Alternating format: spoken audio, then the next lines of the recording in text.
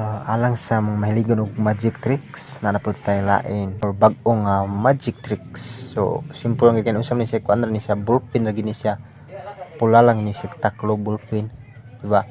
So ang dula nato ani is ang kanang ballpen is ato na siyang ipalusot tira nato sa taklob, di ba? Gamay man na siya bangag. Pero tanaw gani pinagi sa atong magic tricks, mulusot na siya dira.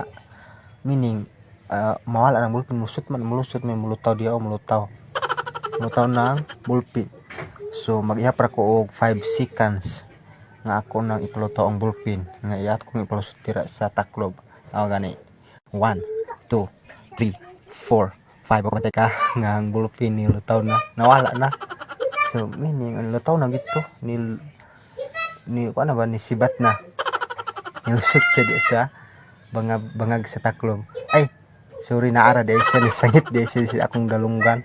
So diri na putas taklob, wala ang taklob man nawala na sa ang taklob. Anak ato na padulong. Grabe gining tricks kumantek ha, pero murag na ay nisangit sa akong dalungan hala. Naara man siya nisangit. So grabe ba. So salamat sa watching.